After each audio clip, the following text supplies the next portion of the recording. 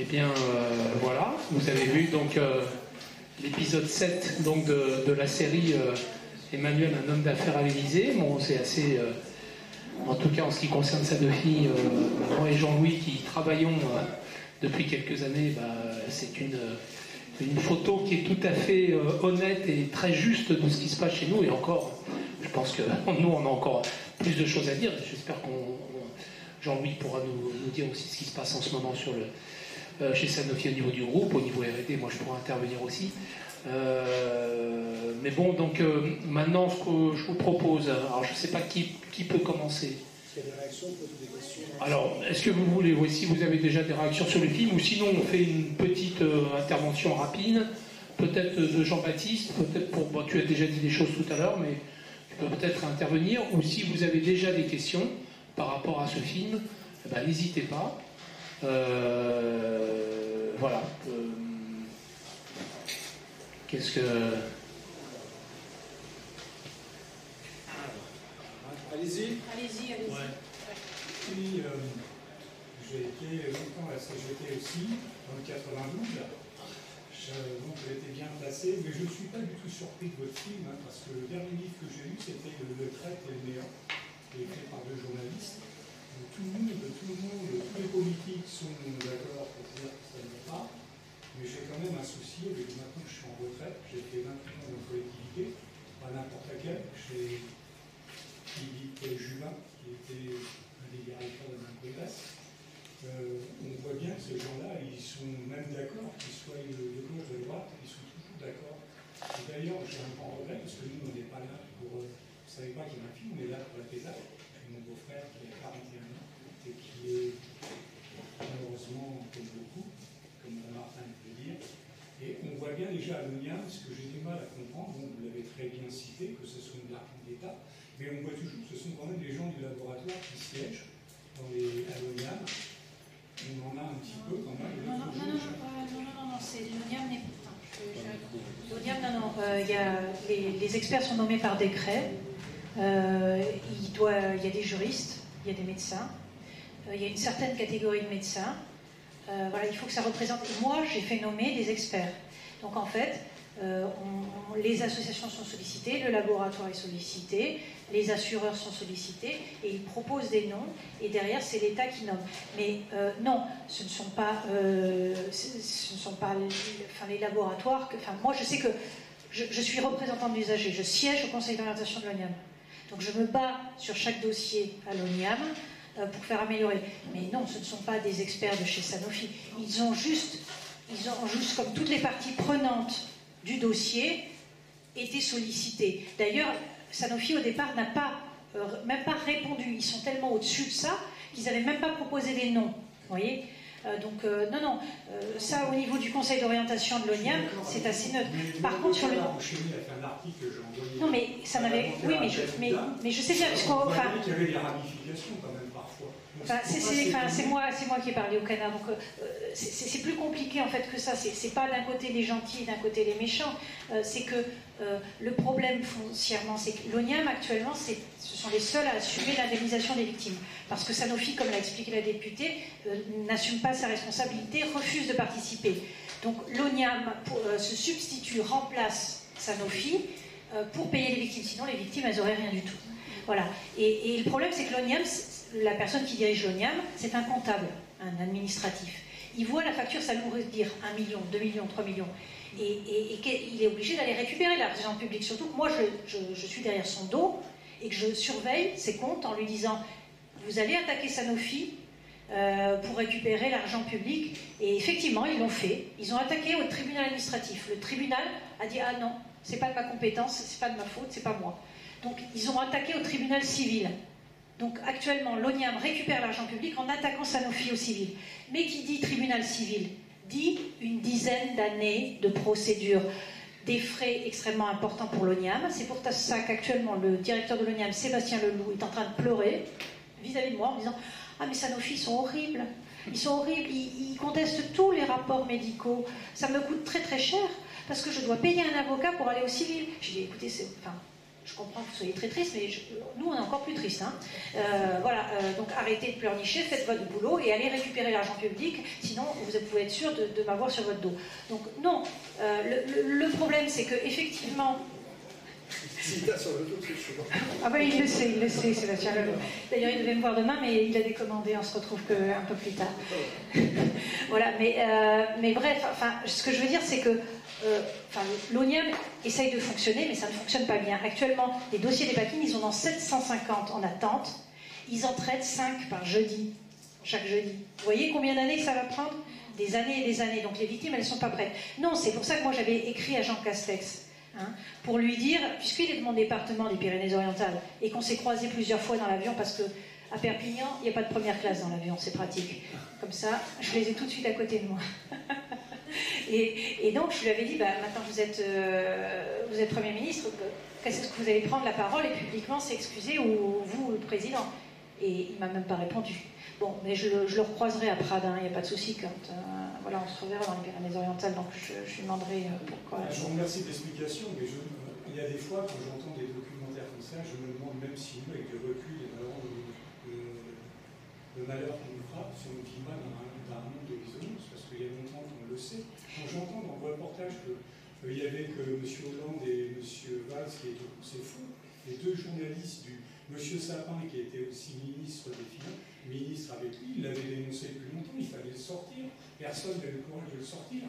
Et là, il a commencé. Et vous avez dans le livre quelqu'un qui est droit, c'est M. Olivier Marleix, qui a déposé devant le procureur général de Paris, justement, une procédure pour qu'il s'explique sur tout l'argent qu'il a pris au niveau qu'il était fonctionnaire pour alimenter tous ces réseaux.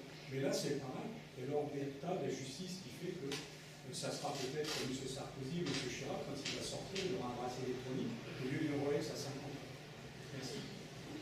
Puis peut-être l'omerta des médias aussi. Hein. Parce que les médias, nous, quand on a, avec Jean-Louis, je sais pas, je peux peut-être donner vite fait la parole à Jean-Louis, ou par rapport à tout ce qui s'est passé cette année lors des plans de restructuration, justement, chez Sanofi, où on a essayé, donc que ça soit, alors après, pour le coup, les contacts avec les élus politiques comme Laurence ou les députés, et la presse. Il y a eu même un article dans Le Monde pendant la lutte qu'on a fait contre le dernier plan de la R&D, mais en gros, les médias ne parlent pas quand même de tout ce qui se passe chez Sanofi. L'opinion publique pense que bon, en fait tout va bien, c'est une boîte qui paye bien ses salariés, voilà, et en fait non, c'est la réalité, c'est ce que disait Lucie au départ du téléfilm, c'est-à-dire qu'il y a un côté piste, un côté pile et un côté face. Je sais pas, Jean-Louis ou Laurence. Ouais. Moi, personnel, je suis pas partisan du tous pourri, donc sinon on n'avance pas. Donc il faut quand même bien avoir espoir et faire confiance à certaines personnes. Laurence, par exemple, en fait partie. Moi, je veux bien entendre que le politique sont tous pourris, mais je pourrais pas lui dire, voilà. Donc à un moment donné, non, mais je comprends. Je comprends que c'est pas ce qui était dit, sauf que ça pouvait être entendu comme ça.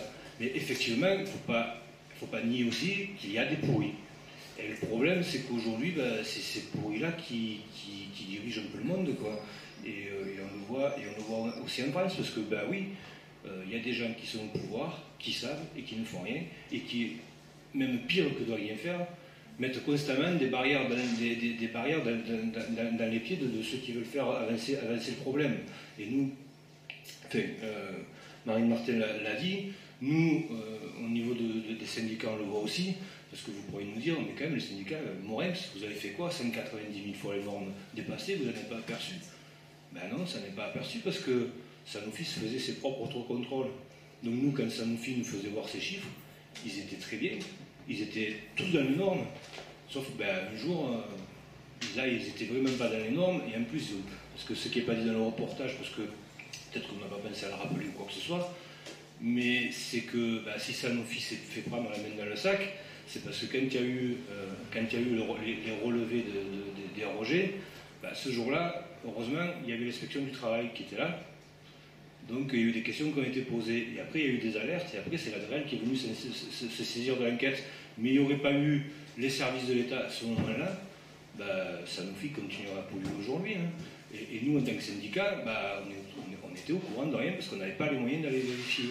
Par contre, quand on a été au courant de l'histoire, on a tout fait pour que tout cela cesse. Et les associations de riverains ont porté plainte. Le syndicat CGT a aussi porté plainte contre mise en danger de la vie d'autrui. Et on a porté plainte contre X parce qu'on se dit aussi que depuis maintenant plus de 30 ans d'exploitation, il aurait fallu que l'État fasse le gendarme un peu avant. Donc on se dit que l'État est aussi responsable de la situation. Parce que c'est bien beau de mettre le doigt sur Sanofi, et nous on est 100% d'accord avec ça. Sauf qu'à un moment donné, ça c'est comme sur la route. Hein. Il y a peut-être l'automobiliste qui fait l'excès de vitesse qui est responsable, mais en même temps, s'il n'y a personne pour le contrôler, c'est l'État aussi qui est responsable. Hein. Donc voilà, les responsabilités, c'est pas qu'elles se partagent, mais elles se compilent. Donc voilà, il ne faut pas aussi oublier l'État qui est aussi responsable de cette histoire, parce que si vous prenez par exemple les rejets de valproate de sodium, après enquête, c'est quand même quasiment 20 tonnes de dépakine rejetées dans l'atmosphère pendant au moins 20 ans d'exploitation. 20 tonnes de dépakine. Donc c'est intolérable. Et ça, sans que personne ne dise quoi que ce soit. Donc on ne peut pas l'admettre. Nous, en tant que syndicat, on n'a pas forcément les moyens d'aller faire des relevés. Par contre, l'État a les moyens d'obliger Sanofi de faire des relevés, ou même l'État a les moyens de venir et de dire je viens faire mes propres relevés et je viens vérifier votre propre autocontrôle. Parce que ce qu'il faut bien comprendre, c'est qu'aujourd'hui, mais c'est valable pour toute l'industrie, hein, il y a encore un reportage qui passait sur Arkema, il me semble sur France 2, là c'est pareil, c'est de l'autocontrôle. Donc quand vous êtes sur votre autocontrôle et qu'il y a des millions d'euros en jeu, vos résultats ils sont toujours bons. Faut pas, à un moment donné, faut pas se leurrer, hein, c'est une réalité. Hein. Parce que là aussi, pour notre industrie, et pour l'industrie en général, l'environnement, c'est un coût. Et notre industrie le considère comme un coût. Et le problème, c'est que quand vous considérez l'environnement comme un coût, vous cherchez à faire des économies sur vos coûts, parce qu'à la fin de l'année, il faut cracher des dividendes. Donc quelque part, vous tirez une balle dans le pied. Moi là-dessus, rapidement, mais il me semble que, de toute façon, pour qu'on arrive à obtenir des choses et à arracher des droits, c'est la combinaison de plusieurs choses. Hein. C'est la combinaison de la mobilisation et de la modification du rapport de force qu'on arrive ou pas à mettre dans le pays, et puis c'est le point d'appui sur un certain nombre de lois qui peuvent aider, qui peuvent être aussi des points d'appui. Or on voit bien avec les grands labos, d'ailleurs c'est assez, moi ça fait plusieurs fois que je vois ce documentaire, et vraiment je vous remercie pour l'investigation qui a été faite, parce que en fait les réponses de Macron, d'ailleurs on a ri, parce que ça serait comique si ce n'était pas aussi grave, si les conséquences n'étaient pas aussi graves. Mais c'est les menaces que nous avons toujours dans les hémicycles, hein, que ce soit à l'Assemblée nationale ou au Sénat, c'est-à-dire que dès qu'on propose, par exemple, l'accroissement des pénalités à l'encontre des entreprises ou des grands groupes, etc., immédiatement, les ministres montent au créneau pour nous dire mais non, vous allez les faire fuir, ils vont aller à l'étranger, etc. Or, vous avez la démonstration là que déjà, il y a très peu de productions qui sont faites en France. Et puis, il y a des bâtons dans les roues, j'allais dire, à tous les niveaux. Moi, si je prends mon groupe politique, en 2015, il y a eu nous avons obtenu une mission d'enquête sur le crédit d'impôt recherche.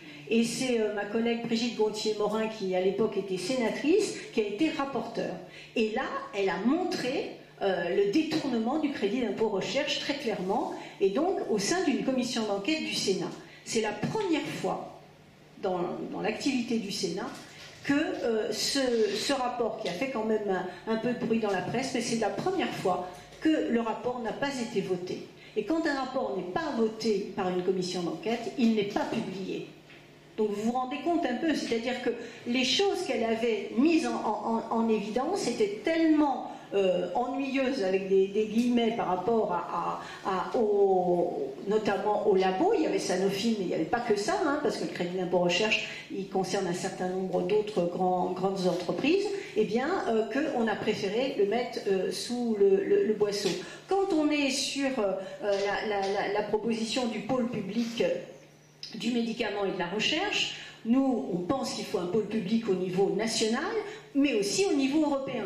Quand on le présente à l'Assemblée, au Sénat, le 9 décembre 2020, comme je vous l'ai dit, là, en fait, on voit bien qu'au niveau des groupes politiques, il y a un peu de l'embarras. Pourquoi il y a de l'embarras? Parce que on est quand même en pleine pandémie. Et on voit bien ce qui s'est produit au niveau de la pandémie, c'est-à-dire un manque de tout, hein, un manque d'un certain nombre de médicaments, d'anesthésiants, enfin il y a eu vraiment, parce qu'il y a ce qui se passe au moment de la pandémie, mais ce qu'on n'a pas vraiment dit là, parce que c'était pas l'objet, mais moi que je dénonce et que j'ai dénoncé au niveau de la proposition de loi, c'est la pénurie organisée des médicaments. Hein, pendant la pandémie, mais hors pandémie. Et qu'est-ce que c'est? Pourquoi je dis que c'est une pénurie organisée? Ben là aussi, parce que c'est ça rejoint ce que j'ai dit au départ dans mon propos, c'est-à-dire que les labos visent les profits pour alimenter les dividendes. Et on n'est pas là sur des questions de santé publique. Et donc, les molécules, je veux dire, les vieilles molécules, elles ne rapportent plus suffisamment de friction si on ne prend que ce critère-là de rentabilité. Donc, en fait, ils externalisent au maximum, ils font le plus d'économies possible, et dès qu'il y a un pépin sur une usine, comme de toute façon elle est à l'étranger et qu'il n'y en a qu'une, et ben ça y est, on arrête la production. Mais par contre, sur toutes les molécules innovantes, comme ils disent, qui coûtent, alors là, un pognon de dingue, parce que là, c'est facturé un maximum, là, vous verrez, il n'y a pas de pénurie. Et c'est extrêmement grave, parce que pour Sanofi, quand moi j'ai discuté avec nos amis camarades syndicalistes, on apprend chaque jour des choses, même en tant que parlementaire, etc., parce qu'on n'a pas la science infuse. Et petit à petit, on apprend en les rencontrant, en ayant le fin mot de l'histoire. Mais quand il y a des produits comme Immucyst, qui sont de Sanofi, donc sciemment, abandonne ce produit au détriment de la santé des patients, puisque finalement, quand il n'y a pas ce médicament-là, eh bien c'est l'ablation de la vessie. Et donc, vous voyez combien c'est mutilant pour le patient. Donc, mais c'est sciemment que ce produit est abandonné, parce qu'il n'est pas suffisamment rentable, parce qu'il n'y a pas suffisamment de patients, enfin dans leur tableau Excel, hein, et donc on va l'abandonner. Donc c'est pour ça qu'il faut se mobiliser très fortement ensemble pour trouver des solutions qui font d'arrêter la toute-puissance des labos. Mais quand moi je parle du pôle public du médicament, c'est pour ça que je mets... vous avez raison, enfin je partage, il faut avoir la volonté politique, c'est-à-dire que quand je suis face à Marisol Touraine, elle dit non. Et quand je suis face à Macron, il dit non. Et aberrant. Donc voilà. Donc c'est une question de volonté politique. Et ce qu'il faut arriver à dénoncer et à dire, c'est que ce pôle public du médicament, on pourrait commencer, on va dire, tranquillement, en s'appuyant sur la pharmacie centrale des hôpitaux, la GEPS exactement, qui produit des médicaments pour la PHP dans les hôpitaux. Alors c'est à petite échelle, évidemment ils ne fournissent pas des médicaments pour la population française et au-delà, mais quand je les ai auditionnés, ils ne m'ont pas dit que ce n'était pas possible de produire plus de médicaments, mais ils ont besoin de moyens financiers, de moyens humains. Par contre, ils m'ont dit, là, on ne pourra pas fabriquer des vaccins. Parce que sur les vaccins, c'est encore une autre technologie, etc. Mais pourquoi on ne commence pas en s'appuyant par la GEPS au niveau des hôpitaux et pareil pour la pharmacie des armées qui ont aussi, eux, mais qui ne produisent que pour les militaires. Ça serait un point de départ. Et ça existe dans d'autres pays. Ça existe par exemple au Brésil. Ça existe, il y a eu des expériences également en Inde, en Suisse. Donc, je veux dire, on peut le faire, mais c'est une question de volonté politique parce qu'on ne veut pas contrarier finalement la politique du capitalisme, pardon, qui est que finalement les labos, c'est la rentabilité à l'extrême et au détriment de notre santé à toutes et à tous. Mais je pense, moi, enfin, et je vais m'arrêter là parce que je suis partie là, mais je pense que l'espoir qu'on a, c'est qu'avec cette pandémie, je trouve qu'il y a une prise de conscience beaucoup plus générale des gens qui s'aperçoivent qu'il y a quelque chose qui ne va pas, que ça n'est pas possible de laisser les labos comme ça continuer.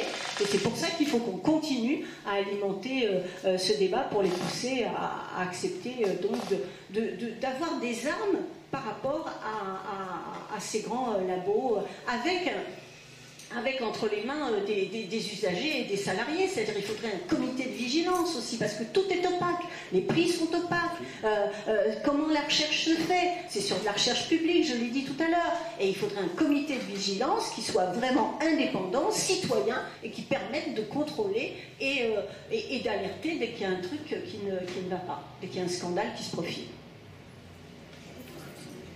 Et oui, justement, je vais te passer la parole, mais juste un truc que l'opinion publique ne connaît pas forcément, aussi, c'est l'arrêt de recherche dans tous les axes thérapeutiques. C'est-à-dire en France, là maintenant, on ne travaille plus que sur l'oncologie. Donc, toutes les maladies du cancer, on a arrêté les maladies cardiovasculaires, on a arrêté le diabète, on a arrêté les anti-infectieux parce que ça ne rapportait pas, évidemment. Et là, récemment, dans le dernier plan de restructuration, on a arrêté tout ce qui est maladie du système nerveux central, c'est-à-dire Parkinson, Alzheimer, qui a été donné aux États-Unis. Donc en fait, de plus en plus, le centre de gravité se déplace vers les États-Unis ou vers des startups ou, comme le disait Laurence, la recherche publique aussi, qui est là aussi pour travailler à coup de contrat donc des axes de recherche. Et Sanofi, comme ça, ne fait plus rien en interne. Et ils peuvent engranger les profits. Je vais donner la parole à Lucie parce que c'est intéressant peut-être d'avoir justement, vu qu'elle a enquêté et Jean-Baptiste aussi, c'est de savoir un petit peu qu'est-ce qu'ils en pensent, comme eux qui les ont vus d'un autre côté, d'une autre facette peut-être. Je voulais d'abord rebondir sur quelque chose qu'a dit Madame la sénatrice. Ce que vous disiez en dernier élément sur il pourrait y avoir un organe indépendant ou quelque chose, justement un comité ou quelque chose. On a quand même en France une haute autorité de santé, la HAS, qui est une instance qui existe. On a une agence de sécurité et de santé du médicament, Agence nationale de sécurité du médicament, la NSM.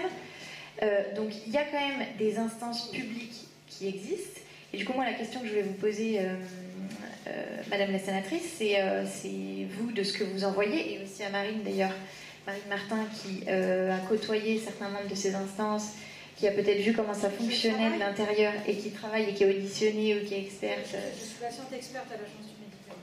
Exactement, donc qui voit tout ça de l'intérieur. Est-ce qu'on peut avoir votre avis sur comment ça se passe de l'intérieur et pourquoi il y a tant d'inertie, pourquoi il y a tant de... Est-ce que ça fait écho à ce que disait François Ruffin à un moment sur le fait que le lobbying n'est pas extérieur mais que c'est même colonisé de l'intérieur? Est-ce qu'il y a au sein de ces instances Sanofi ou d'autres labos qui sont représentés? Enfin, où est le rouage dans la machine? Qu'est-ce qui pêche et comment est-ce qu'on peut faire? Parce que ça, on le sait, c'est documenté depuis longtemps. Il y a déjà eu plein de docs là-dessus sur l'inertie de ces autorités-là ou les conflits d'intérêts de ces autorités-là. Qu'est-ce qui pêche encore et où est-ce que ça freine, quoi? Moi, ce que j'ai pu constater, donc aujourd'hui, je suis patiente experte à l'ANSM, l'Agence du médicament, sur tout ce qui est médicaments et grossesse. Et je vois déjà dans les commissions dans lesquelles je participe cette inertie encore à l'œuvre. Donc en fait, on a changé de nom après le scandale du Mediator, puisqu'à l'époque elle s'appelait l'AFSAPS. On a fait un peu de ménage et après on l'a renommée à NSM. Mais finalement, moi je constate que pas grand-chose n'a changé. Récemment, là, dans une commission, j'ai dû analyser des données sur un autre antiépileptique qui est la lamotrigine. Moi, dans les données que j'ai fait regarder par mon comité scientifique, il y avait des signaux au niveau des malformations importants sur ce médicament antiépileptique. Quand il s'est agi de voter si oui ou non le spécifier dans les mentions, ils ont analysé et tourné les chiffres d'une certaine manière qui faisait que, bizarrement, en écartant telle population puis telle autre, tout d'un coup, il y avait plus de signaux forts. Donc c'est là que j'ai découvert que finalement, avec des chiffres, on pourrait penser que c'est des maths, c'est clair. Et bien même avec des chiffres, en écartant, non, c'est des bipolaires, donc les bipolaires, on peut pas... Je dis, mais là, on parle de malformation, les bipolaires, faut les prendre en compte, quoi. Plein de trucs comme ça qui font que, moi, je pense que, bien sûr, que les scandales sanitaires vont continuer à arriver et vont se succéder, parce qu'on n'a pas réellement, moi, ce que j'ai senti depuis tout le travail que je fais avec l'agence, c'est que l'agence n'a pas les mains libres. Ils sont complètement assujettis au ministère de la Santé, qui d'ores et déjà, finalement, oriente les choses. Et même pire, des fois, j'ai eu à venir en aide à l'agence pour aller m'attaquer au ministère de la Santé, pour imposer les pictogrammes et des choses comme ça. C'est moi qu'on a envoyé au front pour porter le truc au niveau du ministère. Donc, voilà.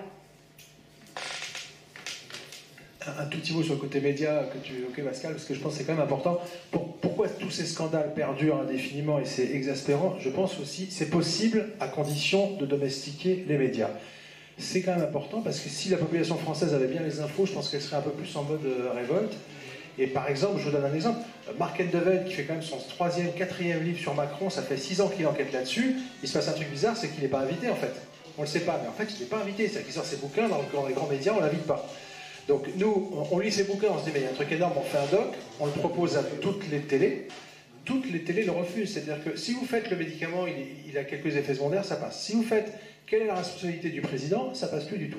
Donc en fait, c'est archi verrouillé. Il y a 5 milliardaires qui soutiennent Macron, qui ont pris le contrôle de 95% des marques d'information en France. C'est quand même terrible pour la démocratie, 9. Il y en a 9, 5 principaux. Et puis l'audiovisuel public qui essayait un peu de surnager, de faire un contre-pouvoir et de faire son boulot brillamment avec Élise Lucet ou Tristan Valex. Ça ne vous a pas échappé que Macron a décidé que finalement la redevance ça ne servait à rien. Et comme il l'a dit en 2017, les chaînes privées font aussi bien le boulot. Donc désormais, notre intérêt public sera entre les mains de TF1 et M6. Bon, comme ils vont fusionner, ce ne sera plus qu'un seul truc, ça va être super. Donc c'est juste pour dire que s'il n'y avait pas ça, je pense qu'il ne pourrait pas se permettre de faire ça. C'est-à-dire qu'on n'a pas le droit d'explorer dans la grande presse les liens Macron-Weber. Pardon, ça n'a pas été tellement raconté. Enfin, Marc Endeveld l'a un peu exploré. Moi, je ne le savais pas vraiment, en creusant. Bon, et comme par hasard, quand on creuse cet aspect-là, ça passe plus, on n'a plus aucun financement des chaînes. Donc c'est pour ça aussi qu'il faut maintenir la population dans l'ignorance d'un certain nombre de dérives pour que ça puisse continuer, ces arnaques. Et donc c'est pour ça que c'est extrêmement grave ce qui se passe en matière d'information en France, parce que ça fait que ces scandales perdurent, quoi, aussi. Alors, il y a plusieurs choses. D'abord, effectivement, Marine a raison quand elle dit qu'on va essayer de discréditer les lanceurs d'alerte, ou on va essayer on va interpréter les chiffres de telle façon qu'ils vont être tronqués et on va transformer la réalité des faits. Je vais vous donner un autre exemple. Donc, j'ai été élue sénatrice en 2011 et j'ai été approchée par une association qui s'appelle E3F. Et c'est une association qui se bat contre une maladie extrêmement invalidante qui touche un certain nombre de personnes qui sont sensibles, qui ont visiblement des sensibilités aux adjuvants de vaccins quand les adjuvants contiennent des sels aluminiques. Bon. Et ils le dénoncent depuis des années, et franchement, allez voir leur site, chapeau, et ils se battent de manière scientifique pour expliquer tout ça. Ils ne demandent pas la Lune, ils ne sont pas anti-vax comme on voudrait les faire passer, ils demandent simplement à ce qu'il y ait un choix dans les adjuvants. C'est pas, voilà, hein, parce que effectivement, ça peut entraîner, quand vous avez ça, c'est la myofasciite à macrophage, c'est extrêmement invalidant. Moi, je ne connaissais pas en 2011 tout ça, et donc je les ai entendus, j'ai vu leurs travaux. J'ai réussi à ce moment-là, parce que j'étais au conseil d'administration en tant que sénatrice à l'Agence nationale de sécurité du médicament, j'ai réussi à faire en sorte qu'ils aient un petit peu de crédit, et donc pour pouvoir financer des travaux, et ils ont montré que chez les rats notamment, ça migrait dans le cerveau, les sels aluminiques, et que donc ça pouvait avoir des conséquences extrêmement graves et négatives. Eh bien, chaque fois que j'ai mis le problème sur la table au niveau politique, c'était pas vrai. C'était faux. Et à un moment donné, ça m'a tellement énervé que j'ai dit, mais enfin, quand vous allez acheter un déodorant, il y a écrit sans sel aluminique. C'est donc que c'est nocif, puisque vous pouvez en acheter sans. Alors, si vous le mettez sous les aisselles, pardonnez-moi des détails, mais en fait, donc, ça veut dire que ça pénètre dans la peau et que ça peut être néfaste. Donc, si on vous l'injecte, ça peut être extrêmement plus grave. Non, ça n'avait absolument aucun rapport, ma démonstration n'était pas bonne. Bon, voilà, vous voyez le genre d'argumentaire.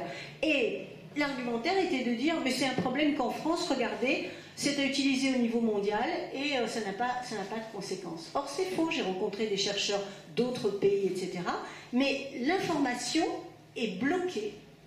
Ces chercheurs-là ne vont pas être invités et ne vont pas pouvoir en parler, et on va les discréditer en disant, mais finalement, cette association est anti-vax, etc., etc., ce qui n'est pas vrai. Donc il y a besoin, effectivement, moi je réclame qu'il y ait des débats qui soient avisés, avec toutes les données, pour les populations, mais aussi pour les médecins.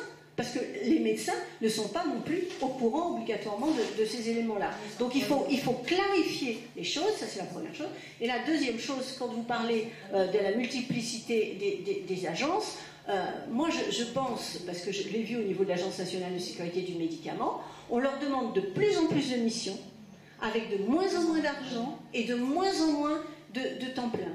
Et donc ils sont obligés de faire face à des missions qui sont extrêmement importantes sans avoir les possibilités, les moyens, etc. et sans avoir toujours les coups des franches. C'est pour ça que je pense qu'il faut absolument sortir le médicament de la sphère marchande et il faut faire en sorte qu'il y ait non seulement ça, mais qu'il y ait ce que j'appelle comment dirais-je, je n'irai plus, un conseil national qui soit un lieu démocratique et qui soit chargé vraiment de coordonner la prise de décision et qu'il y ait aussi un observatoire citoyen pour justement garantir la transparence et pouvoir éviter tous les scandales. Parce que sinon c'est mis sous le boisseau et on n'en entend pas parler.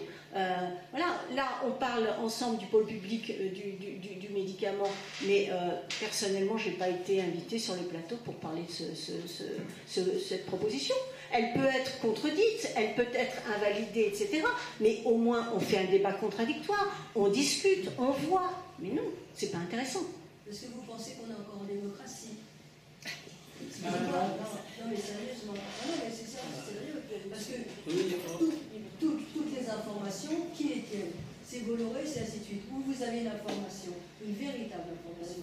Si vous avez l'information quand vous avez un parti politique, une activité ou autre, là vous allez chercher ailleurs l'information. Sinon les gens n'ont pas. On pourrait parler du médiateur, des paquines, ça fait longtemps qu'il en parle, mais après tous les scandales qu'on voit, si vous regardez certaines émissions où on vous dit par exemple au CHU de Marseille, ce qui est scandaleux, c'est-à-dire que l'hémodialyse, on fait l'hémodialyse à une femme de 40 ans, ils savent qu'elle ne pourra pas vivre plus de 10 ans, alors qu'il y a des médicaments, mais on vous le dit, aujourd'hui, je l'ai vu il y a peut-être 2 mois, on vous dit, alors, et là moi je regarde rarement la télévision, mais là, je dis, mais l'information, il faut aller la chercher ailleurs. Et dans ce monde ici, là, il faut quand même que les gens ils se parlent.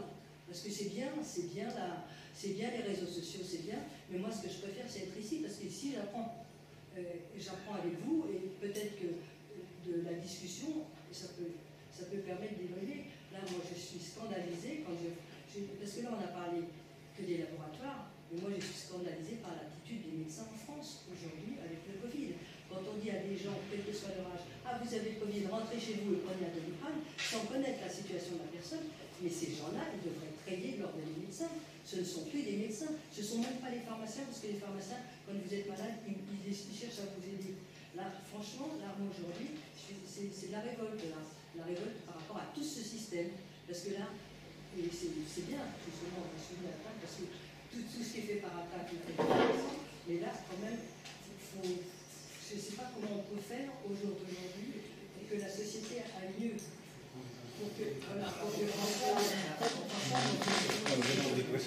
Vaste programme et vaste débat. Et vous posez des questions qu'on se pose aussi et auxquelles on répond tous ici devant vous par des moyens différents. Certains ont choisi l'engagement syndical, certains ont choisi l'engagement politique, certains ont choisi le journalisme. Vous, en tant que citoyen, vous avez les moyens aussi de choisir de vous abonner à des médias indépendants et de payer pour une information indépendante aussi, d'aller à des manifestations, de signer des pétitions, de vous engager aussi en tant que syndicaliste ou en politique, etc. Donc, on a tous nos outils et nos moyens. Il n'y a pas un outil qui marche tout seul, il n'y a pas un outil qui marche sans les autres, et on a besoin de tout ça en même temps. Et pour répondre à la question de la démocratie, à laquelle on ne va absolument pas répondre ce soir, ni en une conférence, ni tout ça, mais notamment il faut les moyens. Une démocratie, elle a besoin de moyens pour exercer. Et là, on voit comme de manière insidieuse la question des moyens et du financement, de donner les moyens, et notamment la puissance publique en réalité aux fonctionnaires et aux différents services de l'État. C'est exactement la même chose. Qu'on prenne la HAS et la NSM, qui se plaignent de la même chose, des réductions d'effectifs, etc. Les hôpitaux eux-mêmes. Les services de l'ADREAL, qui sont les services qui sont impliqués à l'échelle des préfectures et qui sont censés être les gendarmes de l'environnement, qui sont gérés Et ben, les effectifs ne font que fondre. Ils se plaignent ils avaient déjà, même au départ, hein, pas du tout assez de moyens. Et c'est ce qui fait que tout ce qui est en fait contrôle est de l'ordre de l'autocontrôle dans l'immense majorité des cas par les entreprises, parce qu'il n'y a pas du tout assez d'agents de l'État pour aller contrôler ces entreprises. Donc du coup, ils le font une fois par an ou une fois tous les X temps. Et donc en fait, on voit à quel point la démocratie c'est une question de moyens et qu'il faut se battre aussi. Alors bien sûr, c'est une question de plein d'autres choses, mais déjà au cœur. Avant même de parler de corruption, avant même de parler de plein d'autres trucs, de conflits d'intérêts, etc. Là, c'est combien on met dans le pipeline et où est-ce qu'on met l'argent. Et si on ne met pas l'argent dans les instituts de santé, pareil sur les questions de pharmacovigilance, il y a des organes de pharmacovigilance en France. Tout le monde se plaint depuis quelques années que les budgets alloués à la pharmacovigilance en France, pour détecter, donc recueillir les données et sonner le signal d'alarme quand il y a des problèmes sur des médicaments ou des vaccins, etc., que les budgets ne cessent de diminuer, qu'ils n'ont pas les moyens d'exercer. Donc où est-ce qu'on met notre argent? Et c'est pour ça que tous, à notre hauteur et de notre manière, il faut interpeller les pouvoirs publics et leur demander de flécher l'argent à un endroit qui va dans le sens de l'intérêt général et pas des intérêts privés. D'un mot, je crois que la plupart des institutions que tu viens d'évoquer, et je rajouterai l'inspection du travail et beaucoup d'autres, sont des institutions qui ont toutes la même... elles ont au moins toutes une même caractéristique, c'est qu'au fond, elles dérangent le business extrême des entreprises. Toutes. Et quand on a à l'Élysée quelqu'un qui défend les entreprises, et ben en fait, il affaiblit les services publics, parce qu'évidemment, les services publics emmerdent ses copains. Enfin, c'est aussi simple que ça. Sauf que lui, normalement, il n'est pas le représentant du CAC 40, normalement, il est notre représentant. Donc normalement, c'est plutôt nous qui devrait représenter, mais là, manifestement, il a dû se tromper de boulot. Non mais c'est vrai. Non mais c'est pas par hasard qu'il affaiblit, c'est partout dans les services publics. Enfin, je vous parle pas des infirmières à l'hôpital. Enfin, il y a un mépris pour le service public et une maltraitance des gens qui travaillent dans ces services. Moi, je sais même pas comment les gens peuvent accepter ça. Je pense que la souffrance au travail en France, c'est parfois chez les privés, c'est parfois les caissières de Lidl qui n'ont même pas le droit d'aller faire pipi, et c'est beaucoup aussi dans le public. Et le problème, c'est qu'on culpabilise les gens avec des discours constants, en leur expliquant que c'est des feignasses de fonctionnaires, etc. Donc les gens sont super mal. Regardez ce qui s'est passé à la Poste il y a quelques années. Ils se sont jetés par la fenêtre au lieu de se révolter. Donc il faut conditionner les gens pour qu'ils ne se révoltent pas et qu'ils se tuent. Enfin, c'est terrible, mais c'est quand même ça qui se passe. Et donc cette espèce de discours, et Macron a un discours, enfin, il déteste le service public. Et je ne veux pas forcément défendre France Télé, mais regardez ce qu'il va faire. Il va les mettre à genoux, leur dire venez supplier pour avoir de l'argent. Il va les humilier pendant des années, voire les démanteler. Bon, voilà. Et il va faire ça avec plein de services publics. Et c'est pas normal que ça se passe comme ça. Et heureusement qu'il y a des infirmières qui ont le cœur à l'ouvrage et qui veulent protéger les patients et qui vont rester 2 heures parce que la collègue n'a pas pu venir. Mais les gens se tuent au travail dans les hôpitaux. C'est pas normal. On a le droit d'être à l'hôpital et d'avoir une vie privée et de dormir la nuit. Donc ces gens sont des maltraitants totales et il faut qu'on arrête d'être, enfin voilà, de croire ce qu'ils nous disent et de se laisser conditionner comme ça. C'est insupportable. Il y a des questions. Il y a Robert derrière, je crois. Le miel aussi, non? Moi, je voulais dire quelque chose. C'est qu'à l'heure si on continue comme ça, les urgences, le vendredi soir jusqu'au dimanche, il y en a qui commencent à fermer. Ils commencent à fermer.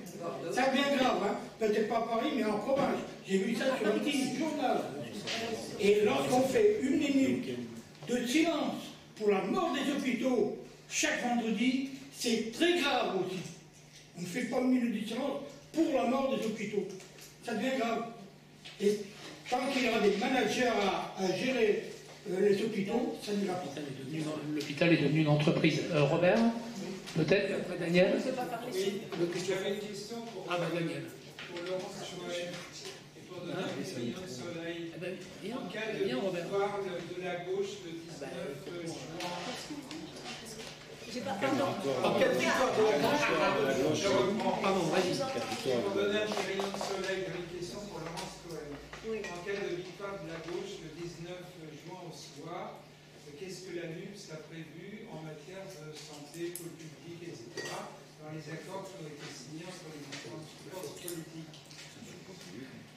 Moi, j'espère qu'on va gagner parce que ça serait un beau troisième tour et que ça changerait quand même la face des choses et ça permettrait d'avoir un Premier ministre de gauche avec des ministres de gauche. Donc ce qui est prévu dans les accords, c'est de soutenir, d'améliorer le service public, donc tout ce qui est tout ce qui est service public, tout ce qui est pôle public du médicament, puisque c'est l'objet de ce soir, on est complètement d'accord. La défense de l'hôpital, nous, au niveau de la famille politique, on a fait en 2019 un tour de France des hôpitaux et on a écrit des 40 mesures d'urgence parmi lesquelles il y a le pôle public du médicament. Tout ça, on est d'accord, parce qu'effectivement, on est sur le terrain et on défend le service public.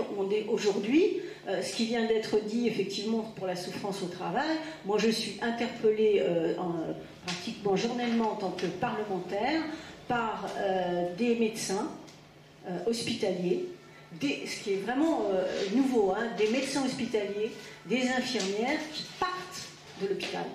C'est-à-dire que comme il y a eu pendant la pandémie à la fois une difficulté énorme parce qu'il y a eu un afflux de patients, que c'était très grave, etc. Mais je vais reprendre ce qu'a dit monsieur parce que c'est tout à fait juste, les gestionnaires ont fichu la paix aux professionnels de santé qui ont pu s'organiser. Donc ça a permis de faire des choses. Et puis maintenant que la pandémie, on n'en est pas sorti, mais disons qu'elle est dans une phase descendante, eh bien ça revient sur la mainmise en fait de ceux qui gèrent l'hôpital comme une entreprise. Et donc voilà, donc s'il y a un troisième tour positif avec un Premier ministre de gauche, des ministres de gauche, je pense qu'on arrivera à obtenir les choses. Mais vous savez, moi j'aime bien rêver, je suis quelqu'un d'optimiste, mais même comme ça, il faudra qu'on soit dans la rue, nombreuses et nombreux, pour imposer les choses. Parce que rien n'arrive jamais tout cuit, et il faudra que les syndicalistes soient très présents et très revendicatifs, et que les politiques et que les citoyens et les citoyennes soient là, qu'on se donne la main, parce que moi je ne crois pas, même si ce sont mes amis, mes camarades, je ne crois pas que tout sera comme ça. Donc il faudra qu'on soit là. Robert, mais lève-toi déjà, on t'entend.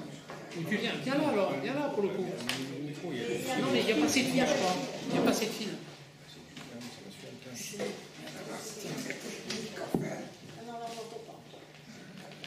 Bonsoir. Non, c'était très très bien. En fait, le micro. En fait, le capitalisme français est minoritaire dans Sanofi. Et je voulais savoir quels étaient les autres intérêts financiers qui étaient présents. C'est important parce que ce qui se passe avec le médicament, c'est ce qui se passe aujourd'hui avec toute la production matérielle, depuis le papier, le médicament, les voitures, c'est-à-dire que le taux de profit des entreprises est en chute permanente sur la fabrication de matériel. Donc, comme c'est du capitalisme qui est derrière ça, ce qui est absolument essentiel, c'est qu'il y ait un retour sous forme de dividendes. C'est effectivement la seule raison. Et je pense que Sanofi, alors je ne sais pas, c'est la question que je vous pose, quels sont donc les actionnaires majoritaires, dans la mesure où ils ont tout intérêt à faire disparaître l'ensemble de la production, pour une autre raison, c'est qu'il se trouve qu'en France, malgré tout au niveau, disons, de la majorité des molécules de médicaments mis sur le marché, on est avec des prix réglementés. On a quasiment les prix les plus bas du monde aujourd'hui en France. Or, et justement, l'intérêt, c'est de pouvoir casser complètement ça, faire tout rentrer aux États-Unis où il n'y a pas de contrôle sur le prix. Voilà, bon, je ne vais pas développer là-dessus, mais très bien. Alors, pour répondre à votre question, j'attends qu'il ait fini de draguer, puis après. Non, mais pour répondre à votre question, ça a été dit déjà, il y a 70% des fonds, enfin, des parts de Sanofi qui sont détenues par l'étranger, très clairement. Sur la totalité des fonds, il y a 5 à 10%, c'est L'Oréal. Voilà. Ensuite, c'est des fonds souverains, des fonds d'investissement et des fonds de pension. BlackRock, par exemple, c'est 5% de l'actionnariat de Sanofi. Donc tout ça pour dire qu'au final, oui, l'intérêt de ceux qui investissent dans Sanofi, parce que c'est des investisseurs, hein, c'est pas des entrepreneurs, c'est bien peut-être là aussi le problème, hein, c'est qu'on a des investisseurs qui sont dans ce groupe, et ces gens-là, à la fin de l'exercice, il faut que ça crache des euros, hein, parce qu'il faut bien payer les retraites des anglo-saxons. Vous savez, donc c'est là où le coût du travail n'est pas élevé, parce qu'il n'y a pas de cotisation sociale, il n'y a pas de charge sociale. Ouais, sauf que c'est nos richesses à nous qui partent dans ces pays-là pour payer ces retraités-là. Alors après, c'est pas une critique, hein. Voilà, on peut vouloir vivre dans un monde comme celui-ci. Bon, nous, au niveau de la CGT, c'est pas forcément ce monde-là qu'on partage. Mais oui, le problème, c'est qu'aujourd'hui, Sanofi, comme d'autres industries pharmaceutiques, comme d'autres industries en général, est sous la coupe du capital. Et le capital, aujourd'hui, demande, mais comme toujours, hein, le capital, il se nourrit sur la bête. Hein, et puis la bête, il faut qu'elle fasse des profits, sinon, c'est pas intéressant. La bête ne se nourrit pas assez et on la quitte. Et aujourd'hui, c'est ce qui peut se passer dans l'avenir. C'est que, une fois que le capital se sera servi sur la bête Sanofi, il ira butiner ailleurs. Et nous, la France, elle restera avec un pied en jachère, hein, parce que la réalité, c'est ça. Hein, c'est ça. Aujourd'hui, c'est pas compliqué à voir, mais si on prend l'exemple de la production de principes actifs de médicaments, vous avez peut-être dû en entendre parler, parce que ça a fait un peu la une des médias ces derniers jours. Sanofi a créé une nouvelle entreprise qu'elle a appelée EuroAPI. Alors créer, c'est que des termes positifs. Vous dites c'est super, Sanofi a créé une nouvelle entreprise, c'est très bien. En plus, Sanofi derrière rajoute, c'est pour permettre la relocalisation de la fabrication des principes actifs. Là aussi, comme vous lisez ça dans les journaux, vous dites finalement Macron il a raison de faire confiance à Sanofi. Sauf que vous, en tant qu'organisation syndicale, et notamment CGT, vous savez ce qu'il y a derrière, et vous essayez de le dénoncer, et vous vous tournez vers la presse, vous faites des communiqués de presse. Et dans ces communiqués de presse, vous dites attention, parce que Sanofi, oui, a créé une entreprise, elle s'appelle effectivement EuroAPI. Effectivement, il y aura des usines qui vont fabriquer en France, sauf que quand vous regardez, EuroAPI, aujourd'hui, c'est 30% de part de Sanofi, et plus 100% comme au départ. Mais le problème, c'est que les usines qui ont été mises dans la société EuroAPI, avant sa mise en bourse, elles appartenaient à 100% à Sanofi. Aujourd'hui, elles n'appartiennent plus du tout à Sanofi, parce que EuroAPI n'appartient plus du tout à Sanofi. Donc en fait, en faisant croire aux citoyens que Sanofi crée et allait relocaliser, et pour que les citoyens acceptent cela, en réalité, Sanofi se désindustrialise. Et on a quand même un président de la République qui explique à la presse que grâce à Sanofi, l'État va retrouver de la souveraineté en termes de production de principes actifs.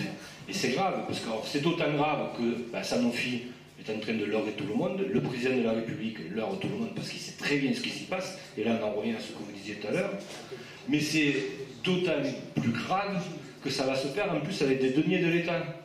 Parce que la BPI, dans cette entreprise EuroAPI, va investir plus de 12%. Donc c'est notre argent. C'est notre argent. Et là où c'est grave, c'est que ces laboratoires pharmaceutiques, et ça a été souligné tout à l'heure, même dans le reportage, ces laboratoires pharmaceutiques, il y a 20 ans ou 30 ans, sont partis pour plus de profit. C'est-à-dire qu'ils sont allés là où le coût du travail était le moins important et là où les normes environnementales étaient les moins importantes. Donc ils sont partis pour faire plus de profit. Donc ils sont partis pour gagner plus d'argent. Donc ils sont partis pour faire grossir leur caisse. Et maintenant qu'ils ont bien compris que c'était un enjeu de produire en local, et ça ils l'ont bien entendu, tous les États qui disent qu'il faut faire revenir de la production, on va faire revenir de la production. Ils se sont dit, bingo, hein. On parie, on revient, il n'y a pas de souci. Sauf qu'il va falloir payer, parce qu'ils ont compris que c'était un enjeu. Donc maintenant, quand Sanofi fait revenir de la production en France, il faut que les deniers du public tombent. Et c'est là où on en revient au pôle public du médicament. Et c'est vrai que c'est une bonne idée. Après, voilà, il reste à discuter sur la gestion, mais à la limite, c'est que du détail. Mais ne serait-ce que l'idée première de dire qu'il faut sortir l'industrie du médicament, comme d'autres industries d'ailleurs, parce qu'il peut y avoir, il y a aussi l'énergie, il y a certaines pannes de l'alimentation aussi sur les produits de première nécessité, notamment. Mais ne serait-ce que cette idée de dire, voilà, il y a des biens communs, comme la santé, et ces biens communs n'ont rien à faire dans les mains du privé, donc on va se réapproprier tout cela. Rien que cette idée-là, elle mérite d'être creusée, et elle mérite d'être débattue. Et comme le disait Laurence, force est de constater que vous en entendez jamais parler, quoi. Alors voilà, on va vous parler du dernier boulanger qui a ouvert en Corrèze, ça, il n'y a pas de souci. Par contre, Sanofi qui arnaque l'État en faisant croire qu'ils vont relocaliser alors qu'ils sont en train de se désindustrialiser, ça, vous n'avez pas. Et là, on peut se dire, et c'est là où je reviens sur les médias, et vous aviez raison tout à l'heure de dire, mais qu'est-ce qui se passe? Mais nous, on a sorti des communiqués de presse pour le dénoncer. Mais ils n'ont jamais été relayés. Alors oui, ça a été relayé sur l'UMA. Mais bon, c'est bien sur l'UMA. Mais ça prêche des convaincus. Hein. Donc voilà, il faudrait que ça soit relayé ailleurs. Mais le problème, c'est que c'est pas fait, quoi. C'est pas fait. Alors, de temps en temps, on a un petit reportage qui va sortir sur Arte, sur la 5, ou sur France 2. Bon, voilà, c'est juste pour dire, non, regardez, quand on nous dit qu'on ne vous passe pas de l'information, si, regardez, on a fait ce reportage-là il y a quelques jours ou quelques semaines. Mais en fait, c'est juste pour cacher tout le reste. Hein. Parce qu'effectivement, l'information, on l'a pas. On l'a pas. Et pour aller dans le même sens, donner quelques chiffres. Les 10 premières entreprises du médicament, dans l'industrie pharmaceutique, en 2020 ont eu un chiffre d'affaires de 468,5 milliards de dollars, et des bénéfices chiffrés à 109 milliards de dollars, soit 23% du chiffre d'affaires. Et on a chiffré actuellement la taxe qui est imposée aux labos en France est de 0,18%. Dans notre proposition de loi, on a proposé que ça monte à 1%. Vous voyez, on n'est pas...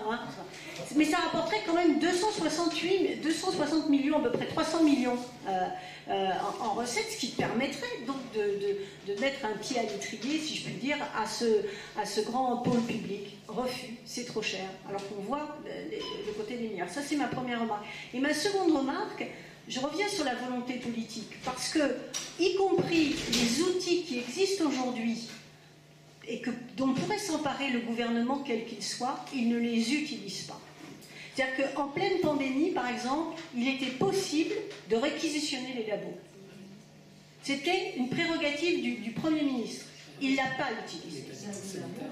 Parce que, et oui, c'était dans le cadre de l'urgence, l'état d'urgence sanitaire. Il y a eu dans cet état d'urgence, nous on ne l'a pas voté parce qu'il y avait vraiment des mesures liberticides. Mais il y avait cette possibilité-là. Le Premier ministre ne l'a pas prise. Il y avait la possibilité aussi d'utiliser quelque chose qui s'appelle la licence d'office, qui est très complexe, qu'il faudrait simplifier pour qu'elle puisse s'appliquer très vite. Mais là encore, on aurait pu le faire. Aucun essai, aucune volonté de le faire. Et il y a quand même quelque chose que je veux dire, parce que c'est extrêmement important. C'est ce qu'ils appellent finalement la propriété intellectuelle. Et au nom de la propriété intellectuelle, au nom du secret des affaires, tout est verrouillé, tout est opaque. Et on nous parle là, pourquoi finalement il n'a pas été possible de vacciner la population mondiale, et notamment les pays comme l'Afrique, etc. C'est parce qu'il y avait ces fameux brevets. Mais les brevets, ils sont le fruit de la recherche publique. Et moi, je vais vous donner un exemple. En 1954, Jonas Salk, qui a trouvé le vaccin contre la polio. Quand le journaliste lui a dit « Il appartient à qui le brevet ?» Il a dit « Mais il n'y a pas de brevet, il appartient à tout le monde. Est-ce qu'on peut breveter le soleil ?» C'est joli comme phrase, mais ça veut dire donc qu'il n'y a pas besoin d'avoir des brevets pour que ça tombe justement dans comme tu le disais, dans l'escarcelle du commun, du bien commun. Il faut faire tomber les brevets. Mais ça, ils ne veulent pas, parce que c'est jackpot à chaque fois pour l'industrie pharmaceutique. l'exemple que vient de donner Laurence est très bon, et on peut avoir le même sur l'insuline. C'est exactement la même chose. L'insuline, alors il y a eu un brevet qui a été déposé, mais il a été vendu pour l'euro symbolique. Aujourd'hui, et d'ailleurs à cause de Sanofi, il y a des patients aux États-Unis qui ne peuvent pas se soigner à l'insuline, tout simplement parce que le médicament est trop cher. Donc, et pourtant, à la base, le brevet est quasiment public, puisqu'il a été donné pour 1 euro. Mais c'est des choses que ça aussi, c'est des choses qu'on essaie de dénoncer. Sauf que ça passe pas.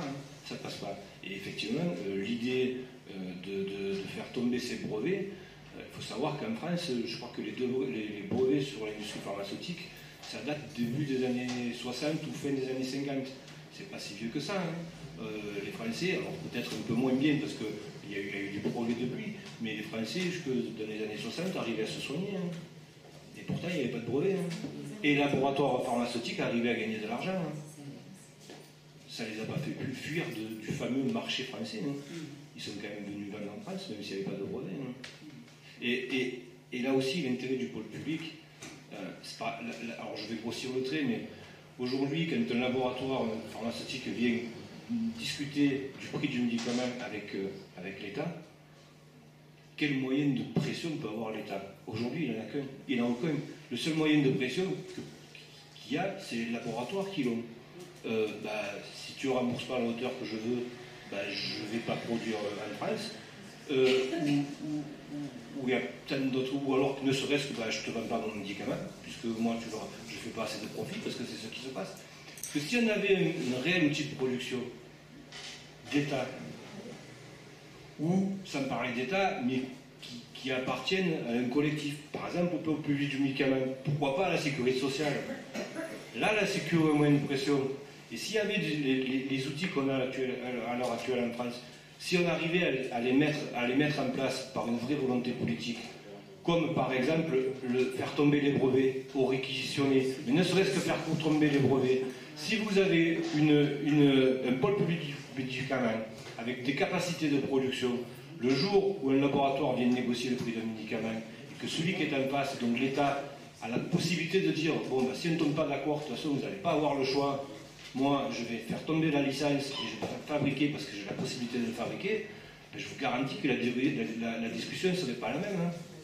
Parce qu'il ne faut pas croire, là aussi, le laboratoire, ils vous disent, oui, vous vous rendez compte que le médicament, ça coûte cher. Mais prenez par exemple la Dépakine, mise sur le marché depuis 1967. 1976. Non, 67. 67. Donc en gros, bientôt 60 ans. La recherche, il y a longtemps qu'elle a été payée, on est d'accord.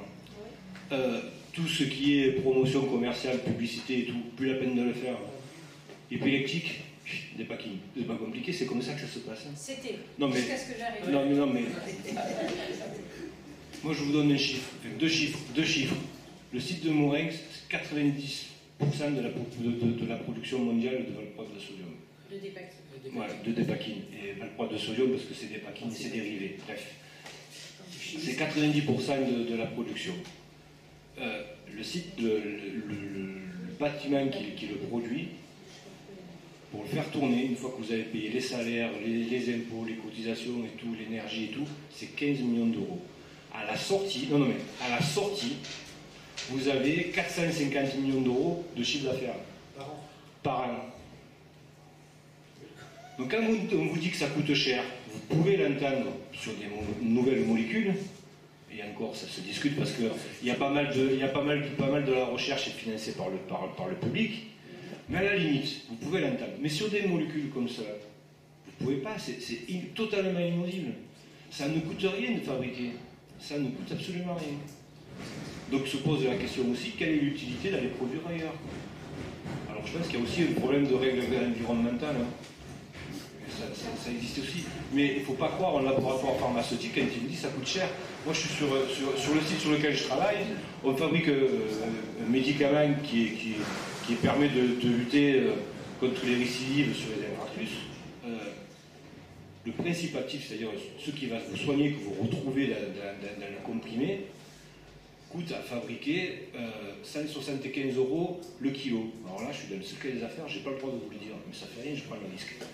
175 € le kilo. Jusqu'à ce que ce principe actif tombe dans le domaine public, si on prenait la quantité de médicaments, de principes actifs qu'on retrouvait dans les boîtes, que l'on retrouvait en pharmacie, on retrouvait ce principe actif à plus de 6 000 € le kilo. Donc, effectivement, il faut quand même que le pharmacien se fasse un peu de marge. Il faut aussi que le grossiste se fasse un peu de marge, sachant que tout cela, c'est quand même bien légiféré, parce que les marges des pharmaciens sont légiférées, les marges des grossistes sont légiférées. Et l'emballage en carton ? Il faut payer le blister, l'emballage en carton, et la fameuse notice où on retrouve qu'il ne faut pas le donner aux pharmaceutes. Voilà. Mais quand vous regardez ces écarts, ces différences de prix, vous en arrivez même à douter sur la véracité des comptes que les groupes pharmaceutiques peuvent donner. Hein. Parce que quand vous partez de 175 € le kilo à la fabrication et que vous retrouvez en pharmacie le même produit, alors conditionné, modifié, mais à plus de 6 000 €, vous dites qu'il y a un problème. Quelque part, la Sécu, c'est quand même la vache à lait, quoi. Et la Sécu, c'est quand même une cotisation sociale. Hein. Et ce prix, Jean-Louis, c'est le prix que l'État a accepté de payer les médicaments.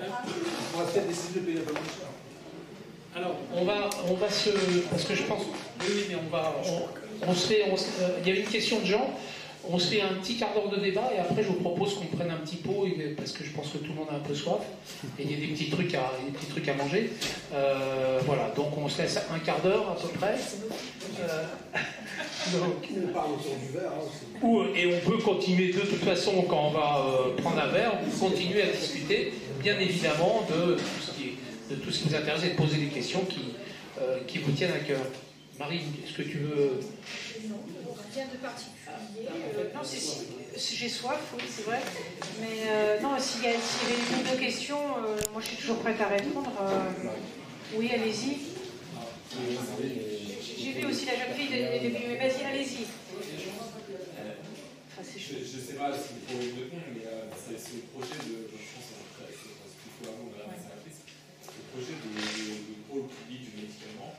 Est-ce que ça sous-entend une relocalisation en France de la fabrication des médicaments, voire est-ce que ça sous-entend une relocalisation de la fabrication des médicaments en France, voire une nationalisation du coup de la production des médicaments? Et est-ce que c'est une nationalisation totale ou pas?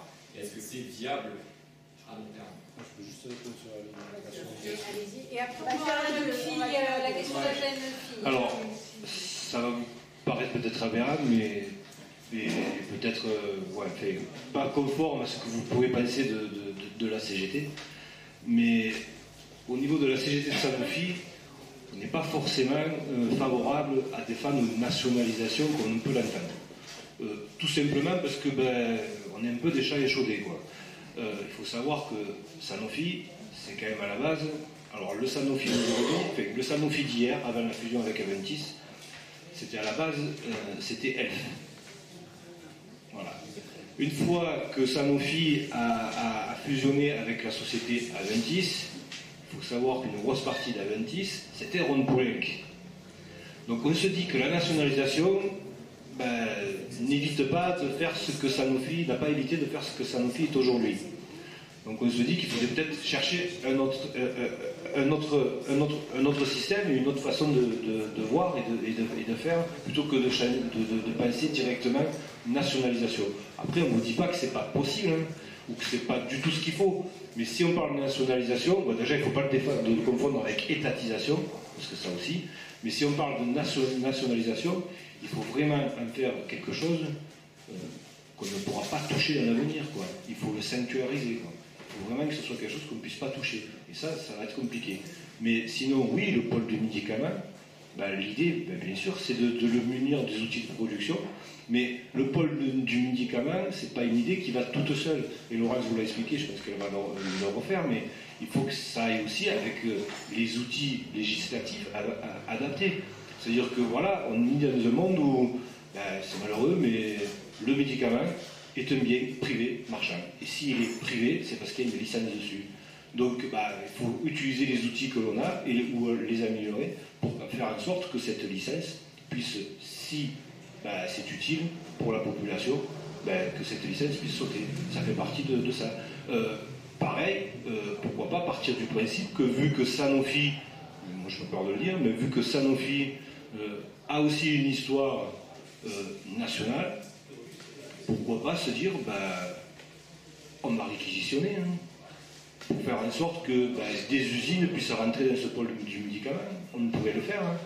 Mais après, et Laurence l'a dit, c'est une question de courage politique. Et encore une fois, certes, ce serait bien que la gauche arrive au pouvoir dans nos hémicycles, mais ça ne suffira pas. Hein.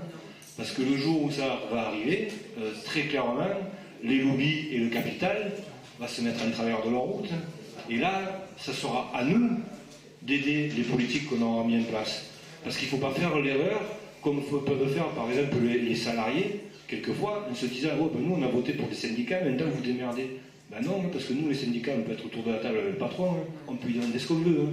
S'il n'y a pas les salariés derrière, on n'aura rien. Hein. Donc il ne va pas falloir faire la même erreur avec nos politiques. Hein. Oui, il y avait la jeune fille là. Alors, non, mais c'est très bien. C'est qu'on est un duo, un trio, voilà, il n'y a pas de problème. Justement, c'est pour ça que nous, on n'a pas parlé de nationalisation, parce que justement, on a discuté avec les copains de la CGT de Sanofi, et ça nous a fait réfléchir, parce que, y compris quand on parle de nationalisation, c'est devenu un peu une formule, pardonnez-moi, ça va peut-être en choquer, un peu désincarnée. Et donc je pense qu'il faut vraiment redonner du sens, et surtout, dans ce qu'on veut faire, donner du pouvoir aux salariés.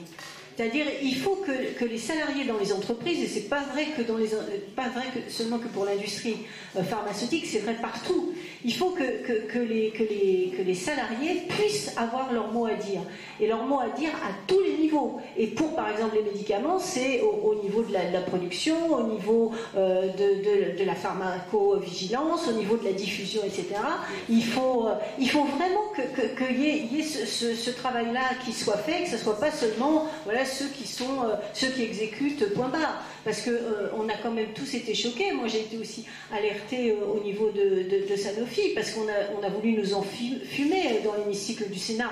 Quand à un moment donné, on a dit non, mais vous critiquez, mais regardez, Sanofi, ils vont faire des vaccins. Mais c'était du flaconnage. Et ça, j'ai été alertée par les copains de la CGT, et j'ai pu effectivement essayer de contrecarrer ces arguments-là. Donc c'est pour ça que je pense que c'est important qu'il y ait un conseil national, en quelque sorte, dans ces entreprises, qu'il y ait un comité de vigilance citoyen, et que tout ça n'est pas seulement, on n'est pas là, on parle ensemble, mais qu'il y ait des pouvoirs de décision qui soient donnés. On va donner la parole à une jeune fille là, et après madame, et je pense qu'après on ira prendre un pot. Attendez, parce qu'on finira. Quelle était votre question, sinon on n'arrive pas.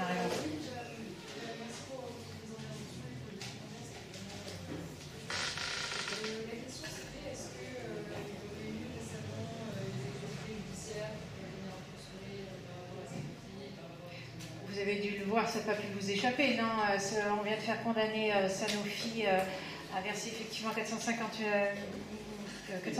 000 euros à la petite Juliette, voilà, pour les troubles neurocomportementaux dont elle souffre, c'est-à-dire de l'autisme créé par la dépakine, effectivement, que sa maman a pris pendant la grossesse. Donc oui, c'est la deuxième fois en France, dans un cas individuel, que Sanofi est condamné, puisqu'il y a eu le cas de la petite Camille, qui a gagné en 2017 puis en appel. Mais Camille n'a pas de globe oculaire, donc voilà, ils ont été condamnés essentiellement pour des malformations, effectivement, à 3 millions d'euros. Après cette décision-là judiciaire, il y a eu l'action de groupe en janvier 2022, donc la PESAC a gagné, et là, il y a eu le juge a statué sur les malformations qui étaient connues, selon lui, depuis 1984 pour Sanofi, et pour les troubles neurocomportementaux 2001. Et enfin, tout récemment, le cas de la petite Juliette, qui a à la fois également des troubles neurocomportementaux et des malformations, qui eux ont été établis en 2005, puisqu'elle est née en 2005. Mais récemment, également en avril, il y a eu une décision sur 3 cas en Espagne, parce que je suis en contact avec mes homologues dans tous les pays étrangers, donc en Grande-Bretagne, Belgique, Suisse, Espagne. Donc depuis des années, j'aide mes homologues espagnols, et il y a 3 enfants qui ont été indemnisés aussi en Espagne. Donc Sanofi est acculé par les décisions de justice, et pourtant ils refusent de payer, d'assumer. Là, dans le cas de l'association APESAC, en janvier, ils ont été condamnés à verser 120 000 € à l'APESAC, pour que l'APESAC puisse embaucher des juristes pour aider les familles dans l'action de groupe. Ils ont refusé de verser. Ils ont fait une requête en appel en disant « Oui, mais alors comme la phase 2 de l'action de groupe n'est pas commencée, on ne veut pas payer les 120 000 ». Donc là, j'attends le retour du juge pour savoir si oui ou non on va pouvoir bénéficier de ces 120 000 € pour pouvoir embaucher du personnel pour répondre au téléphone et renseigner les familles. Voilà. Donc non, il se comporte de manière ordurière, voilà, en refusant d'indemniser les victimes, à la différence de Servier, qui avait tout de suite participé au dispositif d'indemnisation amiable à l'ONIAM en payant les victimes. Voilà, c'est la différence entre Servier et Sanofi, mais Servier était moins puissant que Sanofi ne l'est aujourd'hui. Hein. Sanofi est un big pharma. Hein. Servier était petit comparé à Sanofi. Au niveau syndical, on arrive aussi à avoir des victoires. Alors là, ça n'a rien à voir avec l'importance des victoires que Marine a pu vous faire part, mais pendant l'état d'urgence sanitaire, il y avait une règle qui disait que les entreprises pouvaient prendre des jours de congé à leurs salariés et leur imposer des jours de congé. Sauf que ça, c'était valable pour les entreprises qui étaient en difficulté économique et qui étaient non essentielles d'ailleurs, jugées comme telles. Sanofi, malgré ça, et malgré qu'il continue à produire normalement et à travailler normalement, Sanofi a imposé des jours de congé à ses salariés, il leur a volé des jours de congé. Donc nous, on est quand même... Ouais, parce qu'il n'y a pas de petit profit, faut pas, même si c'est peut-être ceux qui en ont le plus qui cherchent à récupérer les miettes. Donc, et on a dénoncé ça au niveau du tribunal et on a gagné un appel. Alors maintenant, c'est vrai, on le voit dans toutes les affaires, Sanofi va jusqu'au bout, et même pour ça, Sanofi va en cassation. Oui, voilà, donc c'est pour vous dire que quand on dit que c'est des vautours, c'est vraiment des vautours. Mais oui, on arrive quand même à gagner de temps en temps, on arrive à les faire plier, et moi, comme j'ai l'habitude de dire, on est peut-être quelques-uns à être les derniers cailloux qui restent dans la chaussure de Sanofi. Donc la meilleure des choses à faire, c'est de leur faire voir qu'on est encore là, et donc d'essayer de leur faire un peu mal de temps en temps, et à jouer notre rôle de caillou dans la chaussure. Moi, je voulais vous demander par rapport à la sécurité sociale. Nous avions un système magnifique, envié par tous les pays du monde, qui est en train de crever, puisque la Macronie veut le faire crever. Est-ce que, enfin oui, plus ou moins, est-ce que donc ces histoires de pôle public, moi, pour les ceux avec quoi je suis d'accord, est-ce qu'on pourrait réutiliser ce modèle de sécurité sociale qui fonctionnait très bien, qui est quand même particulière, et je voulais savoir actuellement comment sont les rapports de force à l'intérieur de cette sécurité sociale, puisqu'on a l'impression que beaucoup de choses se démantèlent. Enfin, il n'y a pas de spécialistes de la sécu là, il y a des syndicalistes. Non, c'est pas grave. Non, c'est pas la sécurité. Sur une parce que ça nous amènerait quand même loin, mais simplement, il y a une attaque effectivement extrêmement importante contre la sécurité sociale au niveau au niveau des gouvernements successifs, mais particulièrement là depuis Macron. Et vous savez bien qu'ils assèchent. C'est un trou. Qui est suscité, ce trou de la sécu n'existe pas en réalité. On assèche parce que on retire, on suspend, on exonère de cotisations sociales. Donc ça fait des trous qui sont extrêmement importants, mais la volonté c'est de tout fiscaliser en fait et de changer totalement notre système de sécurité sociale. Donc il y a des résistances, y compris que ce soit au niveau bien sûr politique, au niveau syndical. Et il y a quand même un point d'appui extrêmement positif, c'est que les gens sont très attachés au système de sécurité sociale. Même s'ils n'en connaissent pas toujours l'histoire, les tenants, les aboutissants, etc., il y a un attachement parce qu'ils voient bien que il y a d'autres pays qui ne bénéficient pas de la sécurité sociale et du coup c'est extrêmement compliqué pour se faire soigner, même si aujourd'hui il y a beaucoup de renoncements aux soins, etc., etc. Donc il y a quand même une mobilisation possible au niveau de la sécurité sociale, mais non seulement ils ont asséché donc financièrement, mais aussi ils ont dénaturé la gouvernance de la sécurité sociale. Et c'est pour ça qu'il faut à nouveau se battre pour revenir à ce qui était au départ la genèse de la sécurité sociale. Ça marchait très très bien. Vous invitez le 21 samedi à la Bourse du Travail. On fait mais malheureusement j'ai oublié le nom des auteurs et le livre en question, mais on fait donc une conférence débat de 13h30 à 17h sur ce problème de la sécurité sociale, de ce qui est en train de se passer, etc. Et comme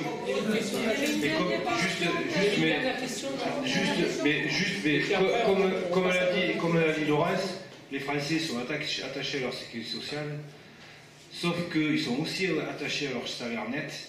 Et malheureusement, ils n'arrivent pas parfois à faire le lien entre leur salaire net, leur salaire de base et leur attachement à la sécurité sociale. Ce que je veux dire par là, c'est que trop souvent on entend aujourd'hui dire qu'il y a trop de cotisations sociales, et notamment salariales et patronales, et que pour augmenter le salaire net, donc le salaire des Français, on va leur diminuer les cotisations sociales. Et ça, malheureusement, c'est à nous, en tant que syndicat, en tant que politique, de reformer les citoyens à cette logique-là et à leur expliquer que la différence entre leur base et leur net, c'est du salaire différé. C'est qu'ils vont le retrouver lorsqu'ils vont être malades, ils vont le retrouver lorsqu'ils vont être à la retraite. Et le problème, c'est que, en faisant croire aux Français que leur pouvoir d'achat va augmenter parce qu'on va baisser leurs cotisations sociales, c'est peut-être vrai à l'instant T, mais sur le long terme, ce sera faux. Et en réalité, quand le gouvernement fait croire ça, ce qu'il veut, c'est assécher les revenus de la sécurité sociale pour que demain, AXA et les autres soient sur ce marché-là. Parce qu'aujourd'hui, la Sécu, je sais pas, mais c'est un budget de combien? En gros, plusieurs centaines de milliards. Imaginez ces centaines de milliards d'euros qui passent en dehors de ce système capitaliste, parce que c'est ça la réalité. C'est ça la réalité. Pardon, il y avait une dernière question. Alors, il y a une question de la jeune fille, et puis Robert vite fait après, peut-être.